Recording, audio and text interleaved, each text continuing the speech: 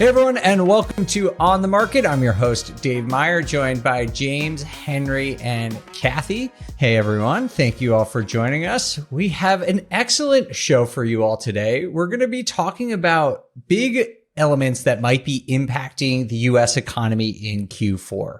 If you've been paying attention to this show or pretty much any financial news, you know that a lot of economists have been forecasting a recession that hasn't yet come, at least officially. But today, me, James, Henry, and Kathy are each going to be going into one element of the U.S. economy that could provide a potential drag on the U.S. economy and send us into potentially a recession, or could just impact the economy negatively. We're going to be talking about student loan repayments, the auto workers strike, a potential government shutdown, and higher oil prices. So if you are wondering if a recession is going to come and what might actually be the catalyst for that to actually happen, this show is going to be a great one for you.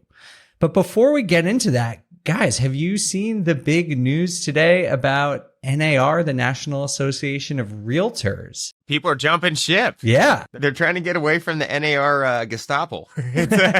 Well, there's been some pretty bad press with sexual harassment and the top dog basically, being let go for that. And now they want all the upper management to leave. So yeah, NAR's been in the headlines for sure, and not in a positive way. And now Redfin is leaving. Yes. Yes, they are. I didn't even think you could do that. I didn't know that it was even possible. Yeah. So just so everyone knows, basically what happened, NAR, the National Association of Realtors, which is a big trade organization for real estate agents, has something like 1.5 million members. One of the biggest lobbying groups in the entire country, has been rocked by some scandals that Kathy just named for us over the course of the summer. The president resigned after, I think, multiple sexual harassment allegations. And there's been some follow on there, and there's been a lot of pressure for the brass to resign. And then what happened today was that Redfin, obviously we've had a lot of guests from Redfin on, one of the big websites, one of the biggest brokerages, or a big brokerage, has left NAR. Again, I don't even know what that essentially means, but it feels like a big thing because NAR is sort of this giant monolith that basically everyone has to pay their dues to, and anyone who's in the industry is sort of at the will and the whim of NAR. And this feels like something significant. I don't know what yet, though. Well, yeah, and it comes down to what they came out with was they cited the sexual harassment and the policies by NAR, but then also, I guess, they had paid over $13 million in dues, so they think the fees are just too high. Wow. I think the world of the old is starting to change. And people are starting to do business differently. I mean, in my opinion, Redfin's always been its kind of own thing in itself. Mm-hmm. But now I think they kind of figured out that NAR is not as important as it was, with the amount of technology and information out there, that they can break ties and save themselves $13 million in fees. Yeah, and Redfin obviously is a big national presence because of their website. They produce great data, by the way, but they are removing 1,800 brokers, which is a big brokerage, but in the grand scheme of their 1.5 million members is not going to exactly break NAR's bank by any means. But I think it's more, just a sign of the times. As James just said, it seems like years ago, no one would have broken from NAR given their sort of stranglehold on power in the real estate industry. Well, and the big question will be the MLS, how is that going to work? And I think that's what Redfin's figuring out, but they've been a tech company and they'll probably figure it out. So, it has been interesting to watch how the world changes. And I'm actually kind of surprised it's taken this long. It's kind of like if you have to join a union because you have a certain job, but you don't necessarily agree with the decisions the union is making, but you don't have a choice, and that's what this has felt like. Like you just have to go along with NAR, regardless if you agree. But in many ways, they have fought hard for the real estate market. So without them, I don't know. There could be a big effect on real estate, but I don't think they're going to disappear anytime soon. They're still very, very strong. Definitely not. But it's an interesting time because they are facing a bunch of other lawsuits that we've talked about on this show, as part of some of those antitrust lawsuits. And I mean, they're always getting sued, but it is definitely an interesting time for them. All right. Well, just wanted to get your opinions on that, and we will certainly follow up when we know more about this. This story just broke. We're recording this on October 2nd, and it broke today. So as we learn more about this and any potential fallout, we'll bring it up on another show, but just wanted to get your takes. With that, we're going to take a quick break and then come back with 4 potential drags on the U.S. economy for Q4 of 2023.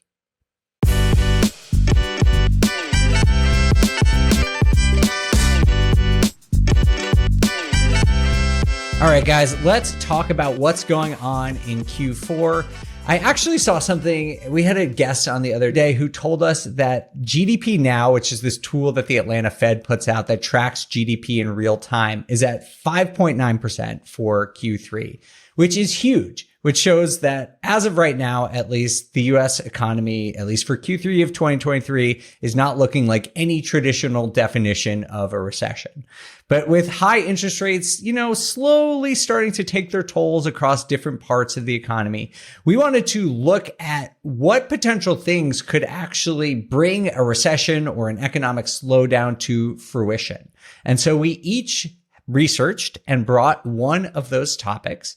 And Kathy, we are going to start with you. What is the thing you think could start bringing down GDP, at least a little bit, not necessarily into recession, but could create a drag on the economy? Well, it's one that's near and dear to my heart. My daughter had a bunch of her college friends over, and they just graduated a couple of years ago, and they've been enjoying life without paying those student loans. Right. And they were sitting around our dinner table just a couple nights ago saying, "Oh man, we have to start paying those loans." And they were kind of freaking out. So looking into it further, well, there are 43 other million people in the same situation, and $1.6 trillion in student loan debt that's now coming out of this forbearance situation of, COVID basically saying you don't have to make these payments. Now people will. And there has been a lot of talk about how is that going to affect the economy. My personal opinion, and this is just a high level, is we've been hearing from the Fed, just like you just said, GDP is so strong. The Fed is trying so hard to slow down the economy, hasn't succeeded yet. So I see it as maybe this is what we've been talking about for a year and a half now. Hey, let's all stop spending.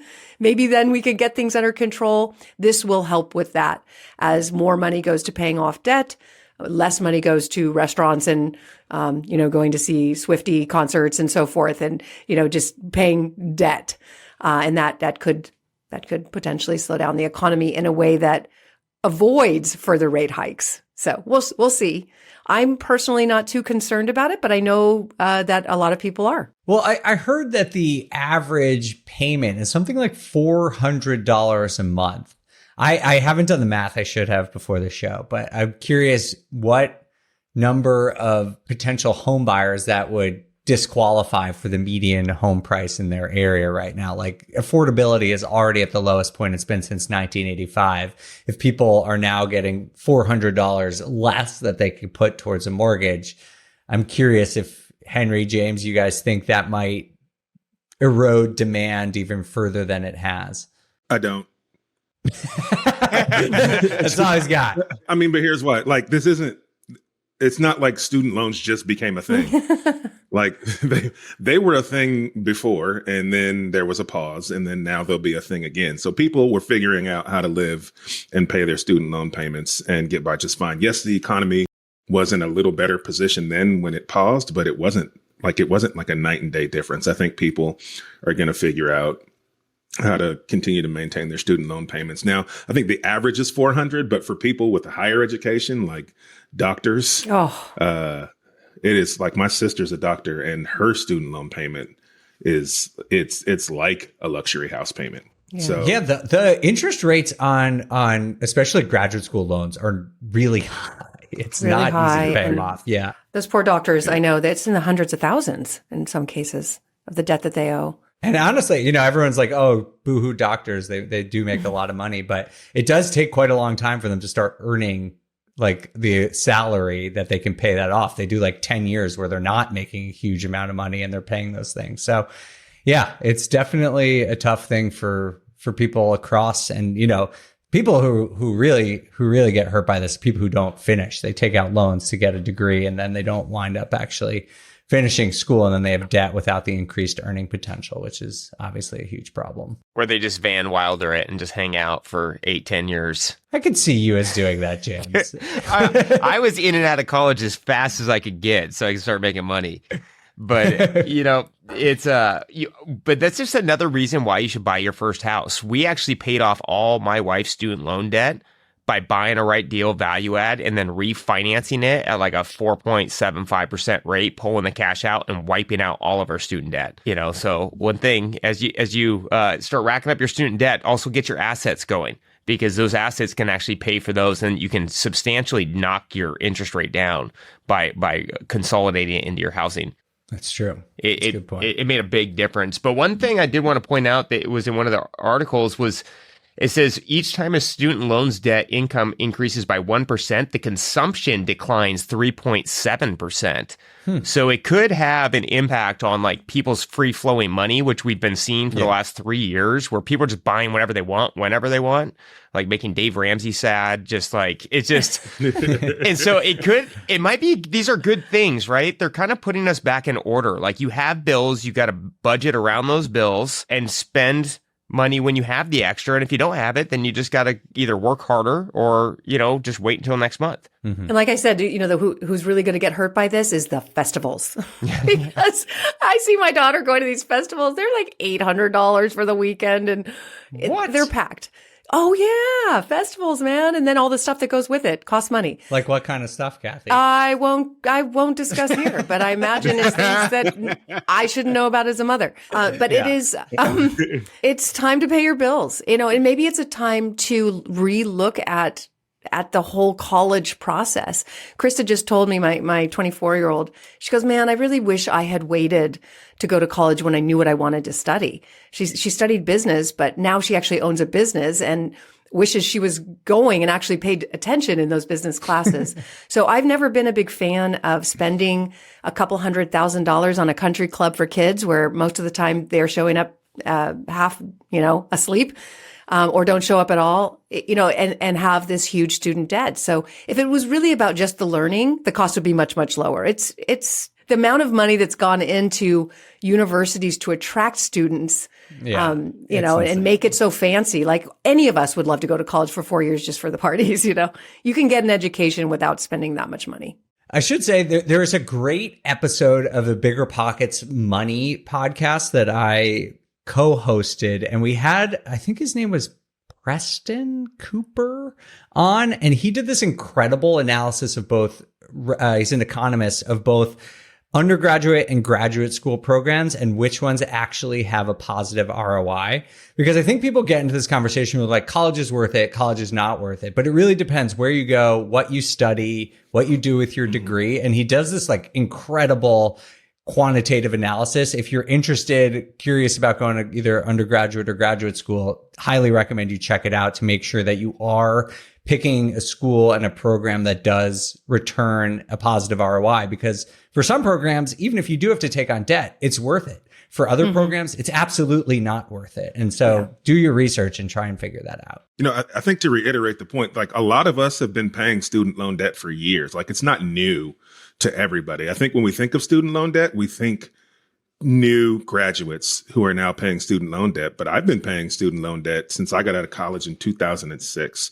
So like, I figured out how to budget my life around having that debt. And so not having it for a few months is not that much of an impact when it comes back. I think things that have more of an impact are the increased interest rates. So when these people are going out and buying cars, they cost way more now than it cost even a couple of years ago. Or people, the mortgage interest and what it costs to own a home is way more, I think, detrimental to the economy than your student loans coming back when people have been paying those forever. All right. Well, Kathy and James, as you were saying, maybe this will slow down consumer spending a little bit. I was thinking the same thing. And then I opened the Wall Street Journal this morning and the headline was, Americans still spend like there's no tomorrow. Concerts, trips, and designer handbags are taking priority over saving for a home or a rainy day. So I guess the YOLO economy lives on. Yeah. Pay your bills, people. Well, all right, Kathy, thank you for sharing that with us. Henry, you're up next. What do you got? So my article is about the current auto worker strike. So the UAW, or the United Auto Workers Union, have gone on strike against the big three automakers. So that's General Motors, Ford, and Chrysler. And this is the first time they have striked this huge since 1936, so 87 years ago. And they're hoping for similar results that they got all those years ago, because that strike led to lots of labor organization and reform that they were looking for. And so within this strike, the UAW is they're looking for a 40% salary increase for its members. They want cost of living adjustments. They're looking for their pensions to return. They want pensions to come back, and they want to get rid of this two-tiered wage system that they have in place of the pensions, I believe. So as of Friday, they have expanded the strike against General Motors and Ford. And they basically said they're not making enough progress, even though General Motors and Ford said they were making significant progress. And so I think part of the impact here is going to be obviously unemployment. There's a ton of people who are not working. But when you also think about the broader impact that this will have, there are tons of other companies that are going to be impacted, because you think of all the parts that are associated with the cars that are being made that we have to get from other companies. If production goes down, then sales will go down for them. It could lead to layoffs for the parts manufacturers, or it can mean that we've got to go overseas to source parts. And then we're going to have to rely on, foreign parts makers and foreign car companies, sometimes maybe even having to get more foreign cars inbound directly from overseas. So it could have a huge impact on the economy for not just the cars, but everybody that makes products or services that are tied to the vehicles, depending on how long this actually goes on. And if you also think about like transportation companies and things that we rely on to transport our goods and services to us from all these other places, if we aren't getting new vehicles on the road, these transportation companies could also be impacted, which could directly impact getting products to the stores that we buy from or directly to us. So I find it hard to believe they're going to get everything that they're asking for. 40% increase is a lot. You're not going to get pensions back. I think it's only 13% of companies still have a pension program. I don't see those coming back. And so I'm sure there will be some sort of settlement, but I don't know that it will be, I guess you could say, satisfactory for the UAW. So I think we could see some long-term impacts. Yeah, I'm interested to see what happens here, because, obviously a short-term strike is probably not going to be hugely impactful. I saw a estimate from Mark Zandi from Moody's Analytics, who was previously on the show.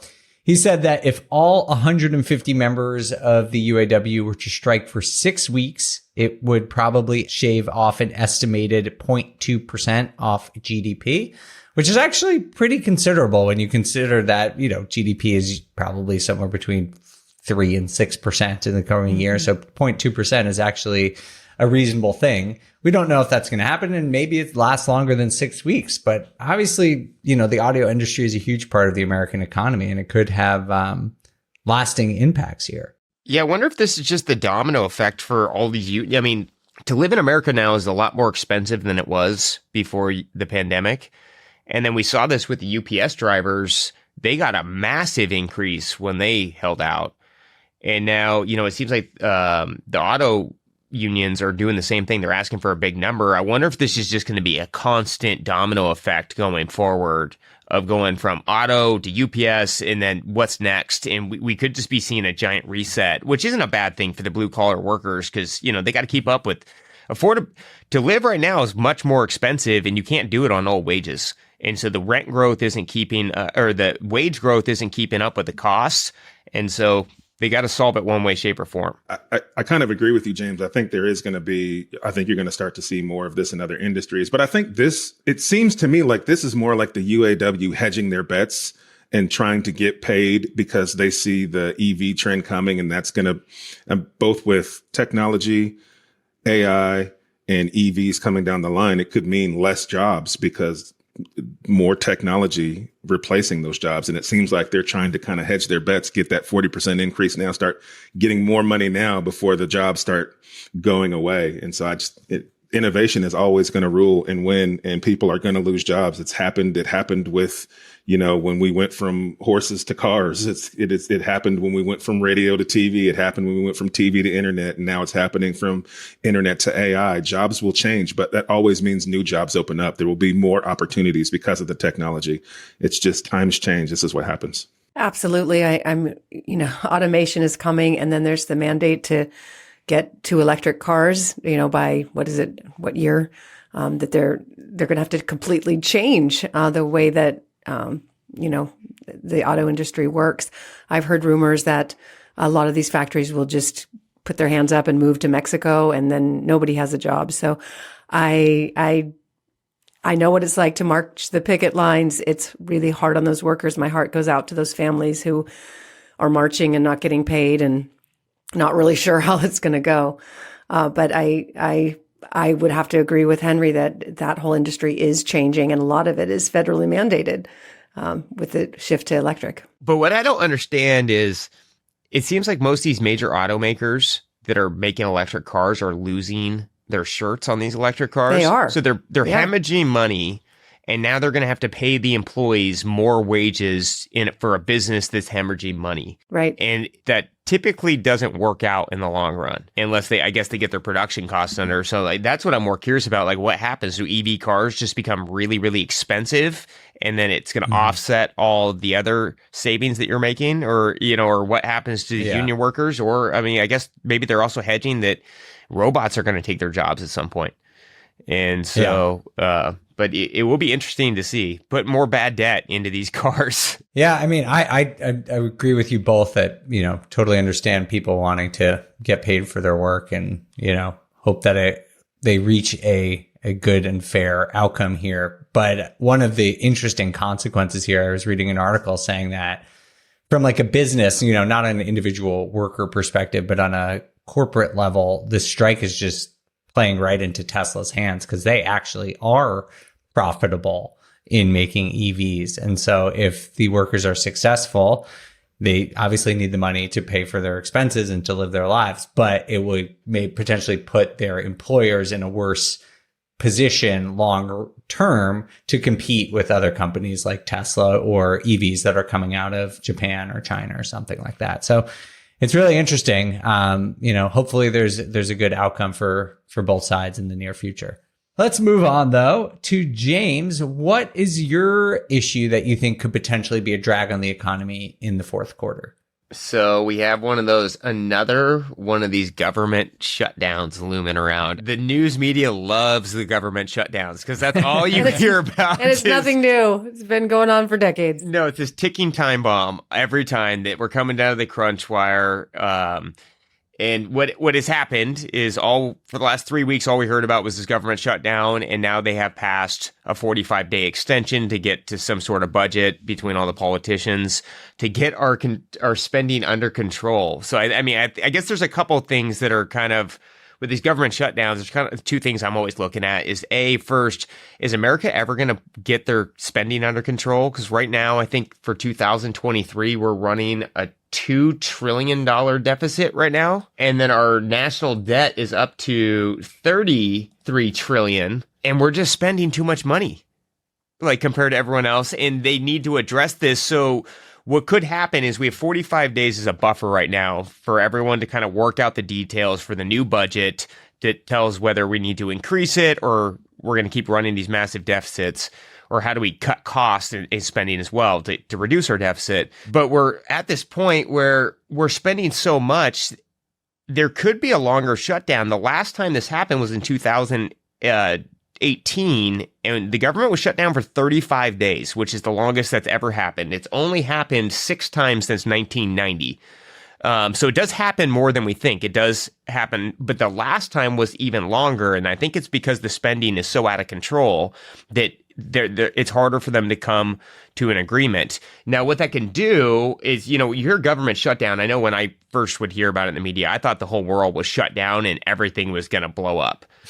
But that's typically, everything still kind of works, right? But, a lot of essential businesses start, people technically have to work for free or they got to show up for work if they're necessity. But, parks, recreations, all these things start kind of cooling off. But what we have seen for investors, according to CNN, is that the S&P typically falls about 0.7% every 30 days. Or after 90 days, it can be up to 2.8% of a drop. So there is impact with it being shut down. So if there is a government shutdown, we want it done quickly because it won't have that last long impact. But if it drags out for 45 days, we could see some compression across investments. We could see some people losing some value on their stocks. It doesn't hit real estate quite as hard from everything I've ever seen. But one thing that was kind of brought to my attention too is what if it got strung out for longer than 45 days, could that affect Section 8 rent applications and new people coming into your properties? But I don't know. For me, the government shutdown is always this doomsday, gloom and doom. I'd rather just have them figure out a good budget than threaten this shutdown all the time. But wishful thinking. I do think it's going to get shut down for a week or two because they can't seem to figure stuff out.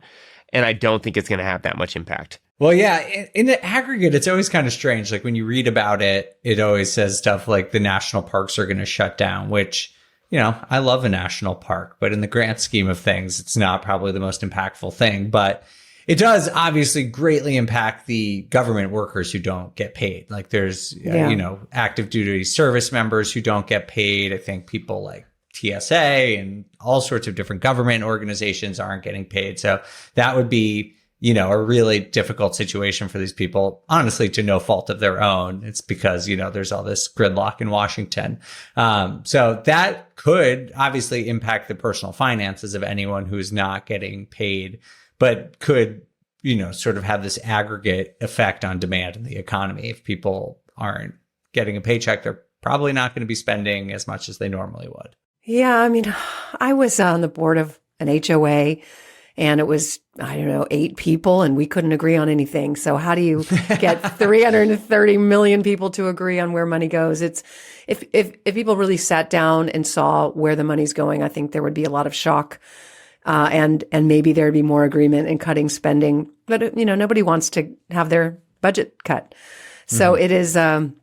It's a tough thing that's been around for decades, but what's really putting it in people's faces is these higher interest rates, because now most of the money is just going to pay the interest on the debt and doesn't leave a lot left over for all the other programs. And that's just going to keep continuing if we can't figure out how to cut the budget. But how do you cut when our system is based on politicians getting elected and they don't want to cut anything that would keep them from being elected? So I don't know how to change it, but all I know is it's been going in the wrong direction for a long time. And every time we try to fix it, then, it's just gridlock. If it gets stretched out, that last 45-day one was a lot more damaging, I believe, because it does affect a big chunk of people aren't going to get a paycheck for a month. So if there's a shutdown, it can affect 1.3 active duty service members and then 800,000 people that work with the Pentagon or that are Pentagon civilians, and over 200,000 would be required to work without pay. Wow. So out of the 800,000, 200,000 still need to work anyways because they're deemed essential. Yeah, that would be the worst. Having to work for free? Yeah, I would be furious. I feel like that's like life of a real estate broker right now, though. We're just chasing a bunch of houses and not getting deals done. Yeah, but it's like these people are like, keeping the country safe. You want them like motivated and pissed off about their employment situation. Yeah, exactly. It's not a good thing for anyone. No, pay your military. That's for sure. Yeah, exactly. So it can definitely have some effect on some jobs. It could affect rentals as far as income goes, but it really, I think, comes down to how long is it going to be going on for. If they do 45 days again, that's going to be not great. But, typically it lasts, on average, 4 to 5 days, maybe 10. So they can kind of get through it without too much damage. All right. Well, we're going to have to check back in on this in, I guess, 43 days, because we just found out about this extension that we heard about. And hopefully they'll spend all 43 of those days negotiating in good faith. But something tells me that in 43 days, we're going to see something in the headline about another government shutdown. But we shall see. All right. Well, for the last story, I am going to talk about higher oil prices. Oil prices, if you don't pay attention to this or haven't noticed at your local gas station, have been really volatile over the last couple of years. It was one of the major drivers of inflation from, the end, middle of 2021. Then the Russian invasion of Ukraine sent it even higher. And it really sort of helped inflation grow and peak at 9.1%. And it's come down a lot over the last year or so. And that's helped inflation retreat. But now we're seeing oil prices head in the other direction after Saudi Arabia made a decision to cut production of oil by 1 million barrels per day. And after Russia also announced plan to cut its daily oil exports by 300,000 barrels, which basically just throws a wrench into the international energy market, which has already been sort of hectic over the last couple of years. And so oil prices, this is just another high expense, I think, particularly for businesses. Obviously, this impacts everyday Americans at the gas pump, and that hurts after years of inflation. But when you look at businesses that are choosing and looking to expand or build infrastructure or, in our industry, construction costs, this sort of thing, when you add now high oil prices to high cost of borrowing, the cost of building new things and innovating is really just going up across the board. And it makes me sort of wonder how much investment we'll see in infrastructures, new facilities, new factories from major businesses over the coming months if prices stay this high. Do you guys have any thoughts about how this might impact the economy? I mean, the economy is totally dependent on energy, and we're still dependent on oil, whether we like it or not. And that's transportation. I mean, flights, everything costs. It takes energy to get it to you, to create it, to make it, even to make clean energy. You need the dirty stuff. So it is. We've been manipulated by the oil market. It is the gold of today. It gets manipulated. We have very little control over it. I know there was a big push to have more control over it and produce more oil here in the U.S., and that got shut down. So I don't know. Maybe this will be a wake up call that we do still rely on oil, and we have it and perhaps should be producing it. But in the meantime, we're very dependent on what OPEC does. And right now that means higher prices. Gas is high on the West Coast. It's like $6 a gallon in California, $5.50 in Seattle. It's expensive. And as far as an investor goes, for flippers, you pay more right now because your tradespeople have to drive further to sites. Like, people are spending more. It is really beating up our labor market. The cost of energy is probably keeping our costs up a good 10 to 15% across construction right now. It's because guys don't want to do the distance. Like, part of like what we do on value add construction is stretching out and going to wherever the deal is, not just one confined space. Mm-hmm. But the further people have to go out, the more expensive it is. And then the further you go out, typically it's worth less too. So it's making it where you have to buy so much cheaper in those areas because it's just expensive. I mean, it's a real cost. Like, when your energy bill for the, on a painter, if they're paying double in transport, they're going to charge it. Yeah. And then the thing is, when gas comes down, we're still going to be paying the same rates. So it's they're not going down. It's locking in the rates. That's what I'm more worried about, is we're not going to see it's permanently setting our labor market high now. Yeah, they're billing you $10 for a gallon, James. Yeah, and 30% too much on the rate. Well, it'll be interesting to see. Like, obviously, this will have impact on investment and decisions, but it also makes me wonder if we're going to start to see inflation start to tick back up, at least the non-core inflation, which does include energy prices. The Fed knows that this is a volatile metric, and they tend to follow either the PCE or the core CPI. So this will probably not impact their decision making all that much. But obviously, inflation is really impacted by people's expectations of inflation. And so when you start to see that headline number start to tick back up, it is not a good thing for the economy, even if it's temporary and even if it's just one of the more volatile elements of the bigger inflation basket. Yeah, maybe it'll allow people to work at home more. So, it's going to be harder to get people to commute into the office if it's costing them so much. So maybe that work from home will come back. I'm doing my part. This show's a bummer, guys. I mean, if you're somebody and you're like, man, I need a new car so that I can go to work, but I can't get a new car because there's a strike, and I need a more fuel efficient car because gas is so expensive. And I just and I was going to take my new car to a national park. Yeah, but I can't go to the national park because they're closed. It's just bummer. Well, there are people who want us to be more negative, so here we are. Well, I think we're trying to just do a show where we talk about, some shock or some risks in the economy right now. But you're right, Henry, this is a bummer. Maybe next week we'll just do a blind optimism show and we'll just talk about things that we're super excited about. But if you look at all these topics, they all point to America needs to spend less money.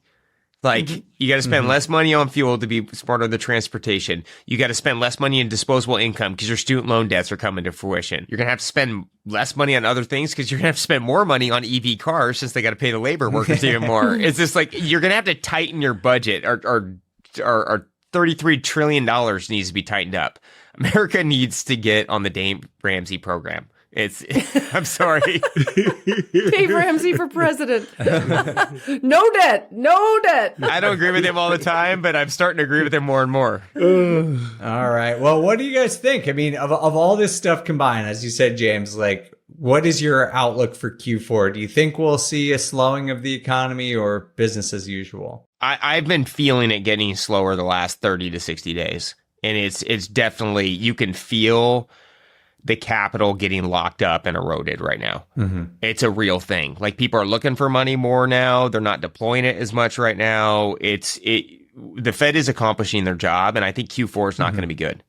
It's going to be a bad, cold winter for all of us as real estate investors. All right. There you go, Henry. More positivity your way. Henry's just going to leave the show. Henry's like, I don't even want to be here. I'm out.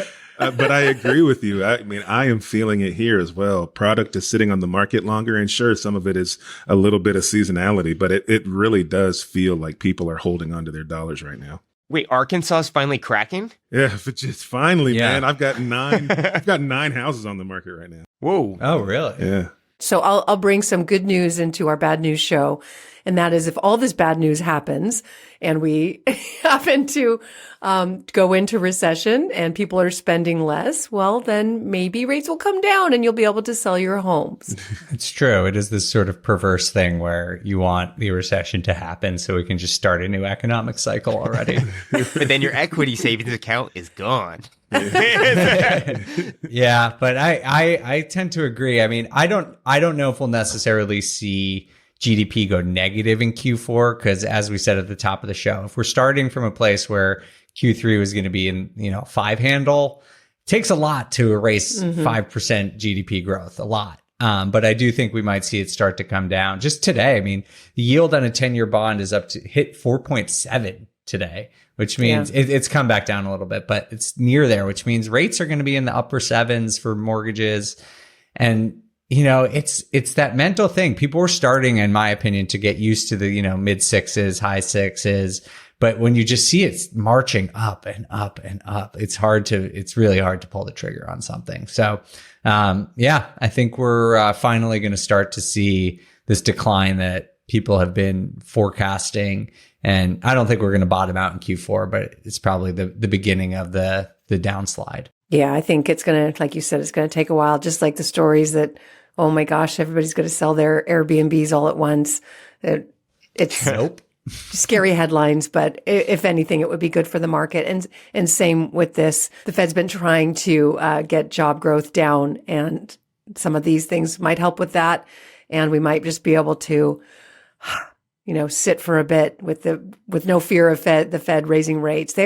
These high 10-year Treasury notes of 4.7 is that's not a recession. That's not recessionary. That's a booming economy. Absolutely. Yeah. Well, now is everyone depressed? Are you guys okay? Are we can we leave all on a good note now? I don't know. Does somebody want to make an offer on a house in Arkansas? I'm feeling good. We might finally lock down our next live and flip house. So, even with the high Nice. rates. Does your wife know it's a live-in flip, or does she just think it's a house? It's always a house that turns into a live-in flip, Henry. Yeah. Have you ever lived in a house you haven't flipped? No, not at all. Everyone has been sold. Wow. Yeah. All right. Well, good for you. Oh, I hope you enjoy it while you're in it. I can't wait for the party. Well, we'll see. We got to get it first. The rates are brutal. When you put in the mortgage calc, it hurts. I can't even imagine. Yeah. It's a lot. All right. Well, thank you all. James, Kathy, Henry, appreciate you being here for sharing your research and your knowledge. We hope you all appreciated this episode. We, strayed a little bit from real estate, but wanted to give you some thoughts on what's going to happen throughout the rest of 2024. If you have any feedback for us on the show, you can always do that on YouTube, or you can hit up any of us on Instagram, where I am at The Data Deli. James, where are you? I'm at JDaneFlips on Instagram. Kathy? At Kathy Fetke on Instagram and realwealth.com. And Henry? I'm at the Henry Washington on Instagram, and see you at theclosingtable.com. All right. Well, thank you all so much for listening. We'll see you next time. On the Market was created by me, Dave Meyer, and Kaylin Bennett. The show is produced by Kaylin Bennett with editing by Exodus Media. Copywriting is by Calico Content, and we want to extend a big thank you to everyone at Bigger Pockets for making this show possible.